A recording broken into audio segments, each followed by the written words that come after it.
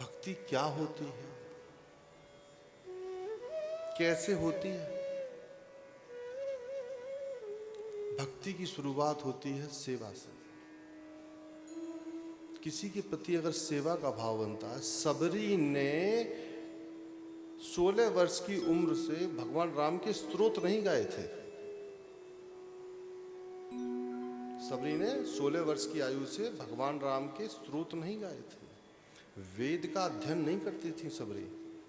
सबरी नित्य उनकी सेवा के लिए बेर कंद मूल लाके रखती थी और शाम तक प्रतीक्षा। सेवा भक्ति की सबसे पहली सीढ़ी है। दूसरी सीढ़ी है प्रतीक्षा। गोपियों ने कृष्ण की सेवा, फिर पूरे जीवन प्रतीक्षा। प्रेम एकांकी होता है। तुम मुझसे प्यार करो, वो मुझसे प्यार करे, ये प्रेम थोड़ी ना होता। मैं आपसे प्यार करता हूं, आप मुझसे करो या मत करो वो फर्क नहीं पड़ता मुझे, मैं तो आपसे करता हूं। सबरी ने राम से प्यार किया। राम सबरी से प्यार करते हैं कि नहीं करते ये दूसरे विषय, उससे सबरी से सब कोई मतलब नहीं। मैं राम से प्रेम करती हूँ। गोपी कृष्ण से प्रेम करती हैं। कृष्ण गोपियों से प्रेम करें या ना करें ये कोई कंडीशन नहीं है। भक्ति उसे कहते हैं। भक्ति की शुरुआत सेवा, दूसरा प्रतीक्षा। सबरी ने अपना जीवन दे दिया प्रतीक्षा में और राम में लय हो गए। उसी दिन प्राण त्याग दिए। तो क्या था? इंतजार। सबरी का जो प्रतीक्षा थी वही राम को खींच कर लाई। वरना भगवान राम तो डायरेक्ट भी पहुंच सकते थे रावण के पास लंका, वहां जाकर भी उसको मारना था और वापस आ जाते, लेकिन नहीं, वो वन के मार्ग से क्यों गए? वन के मार्ग से जाने का कारण यही था कि जो प्रतीक्षा में बैठे हुए हैं, आज आप भी आप सोच के देखो, कोई आपसे प्रेम करता है नहीं करता, इस दुनिया में ऐसा कोई थर्मामीटर आज तक तो बना नहीं है। बना हो तो भैया आप मुझे ही बता देना। मैं आपसे कहूं अमर भैया मैं आपसे बहुत प्रेम करता हूं, तो आप कहोगे हाँ करते होगे। और मैं कहूं अमर भैया मैं 2 घंटे से आपकी प्रतीक्षा कर रहा हूं, तो शायद आप मुझसे मिलने आ जाओ। ये प्रतीक्षा।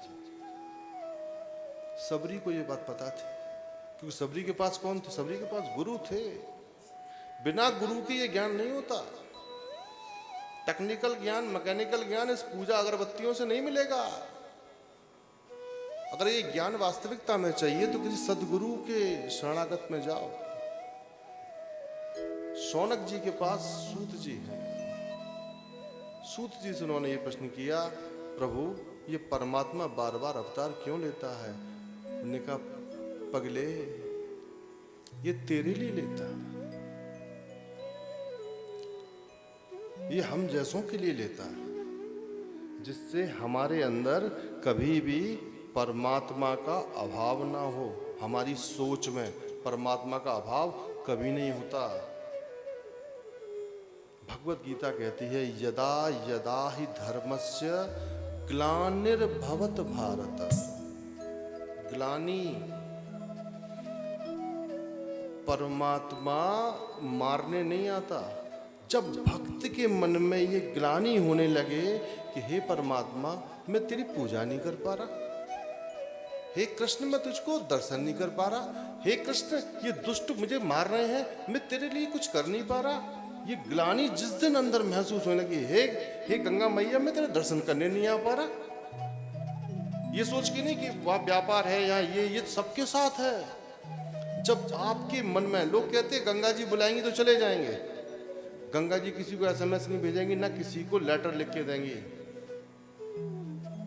जिस दिन मन में यदा यदा ही धर्मस्य ग्लानिर,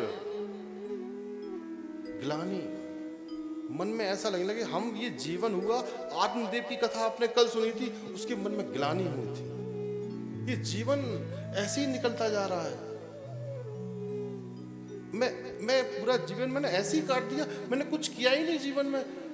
हे गोकर्ण, मुझे कुछ बताओ जिससे इस जीवन को मैं सार्थक कर पाऊं। अब तक मैं अपने आप में, रिश्तेदारों में इनमें ही लगा रहा, पूरा जीवन काट दिया मैंने इसमें। मैंने अपने लिए तो कुछ किया ही नहीं, अपने लिए कैसे करूं? तो अपने लिए करने के लिए श्रेयस, कितनी ये कल्याणकारी बातें एक सत्पुरुष अपने गुरु से तभी पूछ सकता है जब उसके मन में जिज्ञासा हो, भक्ति हो, प्रेम हो, नहीं तो पूछ ही नहीं सकता। आप देखिए, जो लोग आते हैं वो क्या पूछते?